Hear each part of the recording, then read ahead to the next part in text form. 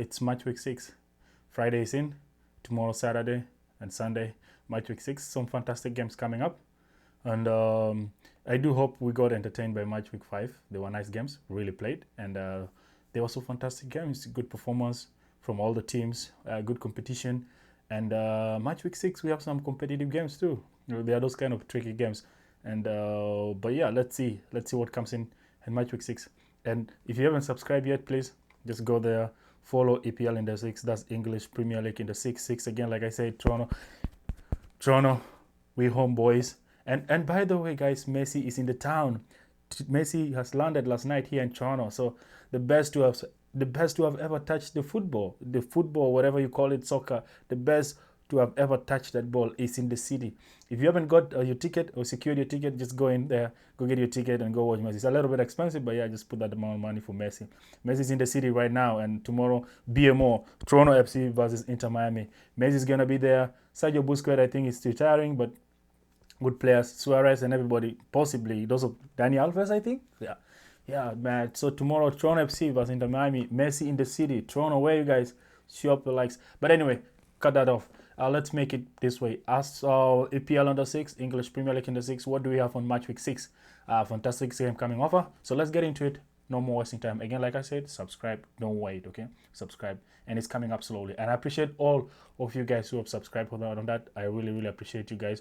And those who have, liked the videos, who have watched the videos and made comments. I really appreciate you guys. Thanks for that. And God bless, boys. God bless, girls. And everybody out there who have watched these videos. And keep boosting up this channel, guys. Let's get it. We got it, okay? Come on, let's get it. Oh, yeah. English Premier League, match week 6. What do we have here? We have a few games on Sunday, and let's get into it. So what do we have? Option, come on. Let me just zoom in so that we can see well. Match week 6. Brentford, Manchester United. This is a nice game. Brentford playing Manchester United. Well, Manchester United going to the Bees' hometown. This is going to be a tough game for Manchester United. It's not easy for United, but I do hope Manchester United is going to, given the fact that they came up with a good performance the other day against Manchester City, Chelsea. This is going to be like a fantastic performance, and I hope Manchester United is going to bounce back with that win. It was a disappointing draw for Brentford. No, loss actually to Fulham at Craven Cottage. So this is going to be like a tough game for Manchester United, but it's an early kick of 7:30 in the morning, North American time. So yeah, like I said, Manchester United, you have to do something powerful so that you come back to Champions League. The second game at 10 o'clock, the Gold Rush. We have Chelsea playing Brighton Hove and Albion. It's a tough game, this one. Stamford Bridge is going to be blue.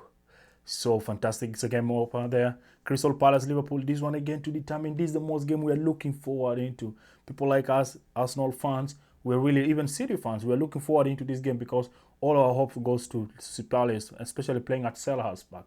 If Palace do something well positive tomorrow, then oh my goodness, we are so happy. Then we can now compete. But if Liverpool decide to go, attack and thrash Palace at Selhurst Park, then it's gone. I do believe Liverpool won't make any mistakes, so Liverpool is gone by then. So Crystal Palace, Liverpool, Selhurst Park. Nice game to watch again. Leeds United, Bournemouth. Again, Leeds is a tough game. Bournemouth is also a tough team. Arrow Road, it's not easy, but it's Elland Road. Yeah, I think this game is going to be a tight game. A draw might become the positive solution for both teams. Manchester City, Burnley. Again, Pep is going to do something powerful. Yeah, Man City is going to be superior, I think, here. But Burnley is going to be defending tight. Like I said, Burnley is always tight. Nottingham Forest, Sunderland. Again, this is a tight game. Could be 0-0 or 1-0 or 1-0, but it's under 2.5 goals. Nice game performance again. Spurs and Wolves. Wolves has like a very, very weak defense at all in England right now. And obviously, Spurs will overcome them and Spurs will score as many goals as they could. So Spurs here, I'm tipping Spurs to win the game. And then Super Sunday. We have Aston Villa and Fulham. This is one of the toughest one. Again, this game you can't predict this one, but again, it could end up in a draw or something. Newcastle United and Arsenal. This is the most game that will determine again Arsenal fate if they're going to be competing for top one position or they're out of it. Absolutely. For me, I start counting it from today. So if Arsenal is going to draw this game, it's off. If Arsenal is losing this game, they are off the title race. In Newcastle, again, for them, they have nothing to lose, just only to secure position, and that's all for them. Then on Monday night football, We have Everton playing West Ham United. Again, West Ham United with poor defense. I think Everton's going to come superior here, and Everton, I'll tip them 2-0. But yeah, these are all the games that we have in this match week 6, guys. So let's listen to the reactions from the coaches. What do we have for, what do we have for what they say about their fellow opponents, the games, and so on and so forth. Let's start with Man United. Okay, let's start with Afternoon, Ruben. Looking ahead to tomorrow, what's the availability? I think Leach is out, Casemiro is out because of the red card. Ahmad is not here, someone in his family passed away. So we are giving all the support to Ahmad, and we understood that was important for him to have his time and to return home. The rest is fit and ready to play. So is Musa Mazraoui? It's not also. He's not going to be until we stop for the national team, so he's out also. You obviously got a very important win last weekend. How important is it now to finally get back-to-back Premier League wins? It's something the club haven't achieved for longer than a year. Yeah, it's really important. I think that, and we talk about that in the end of the game. It's really important for us to have that sense of urgency that we need to win, no matter what. And it's going to be really difficult. Every time we start preparing the game and you watch the next opponent, you think it's going to be really, really tough. So that's what he said, right? After winning against Chelsea, he's coming in again with that sense of winning this coming game, and I'm really sure they will do something positive against Brentford. And yeah, for Manchester United fans, Liz Martinez is off the games. He's not playing. Casemiro is off because of the red card, as you heard from him. Casemiro is not there. Mazraoui is not there, and also Amad Diallo. My condolences to him and his family members. I think he lost somebody close to him. So these are all the players that are absent from that Manchester United game, but the rest of the players are all in. So you gotta tune in tomorrow and watch the game against Brentford, the Beast.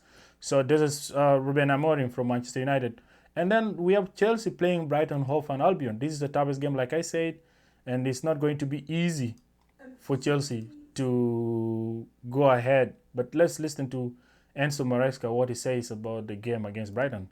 Talking injuries, in particular to Cole Palmer, given what happened against United, where is he at, and how careful are you going to have to be with him over the next few weeks, given it was kind of maybe a risk that didn't pay off to start in that game?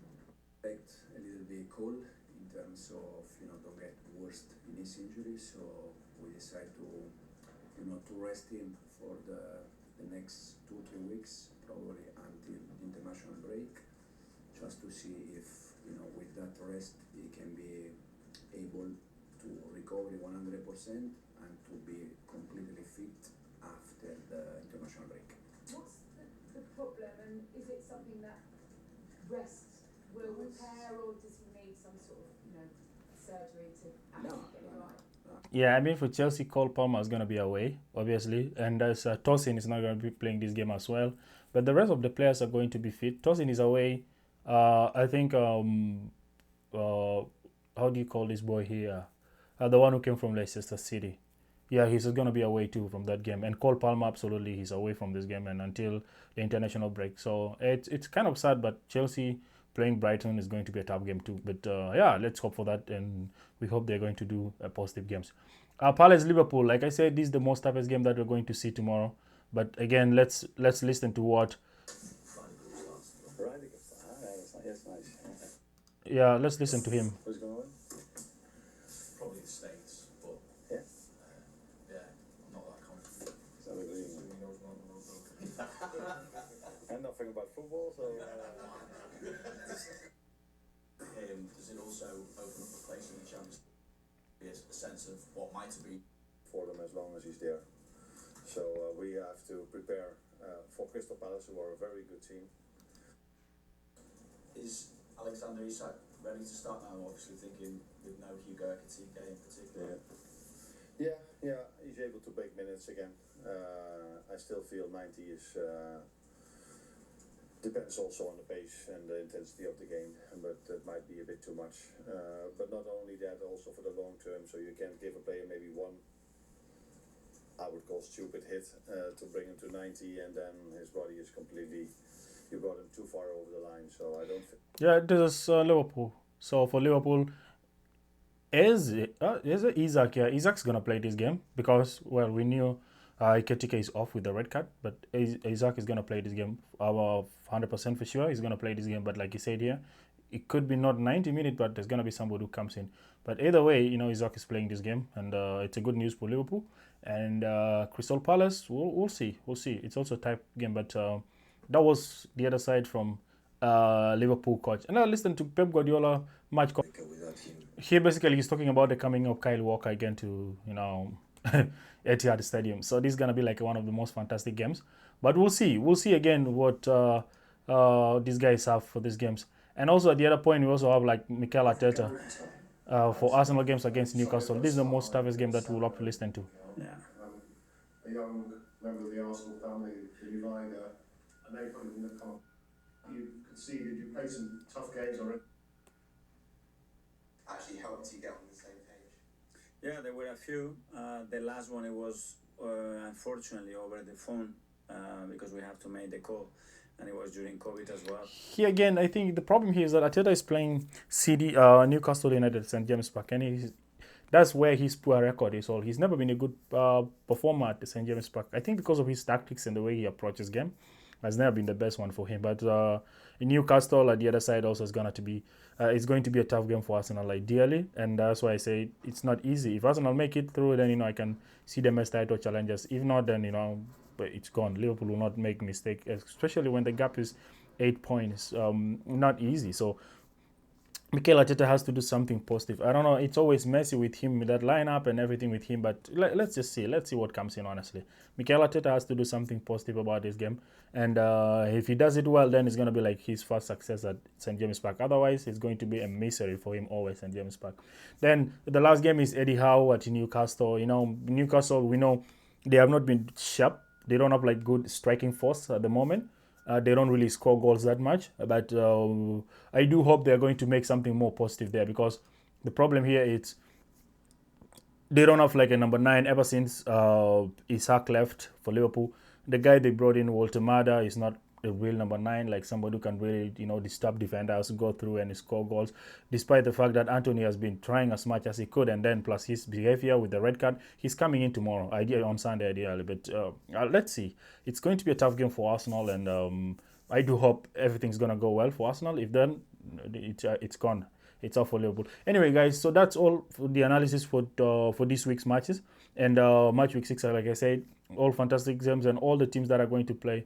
Best of luck to all your team supporters, fans, coaches, and everybody. I always salute you, and let's see. Premier League is entertaining and it's the most fascinating game in the world at the moment. So let's back it up, and all the best to all the teams. And if you haven't subscribed yet, guys, subscribe on this channel. It's EPL in the 6, like I said, English Premier League in the 6, and I really appreciate those who have subscribed on that, and let's keep it rolling, okay? As of now, guys, cheers, and I wish you all the best in everything you do and in all the games and in the nice weekend. Nice weekend all out there. Nice weekend to everybody. And again, I salute those who have subscribed. Thank you so much for that. I really appreciate you guys, your effort, and also who have watched. If you have watched these clips, please just give thumbs up, and thanks a lot for that. For now, cheers all, bye, and see you.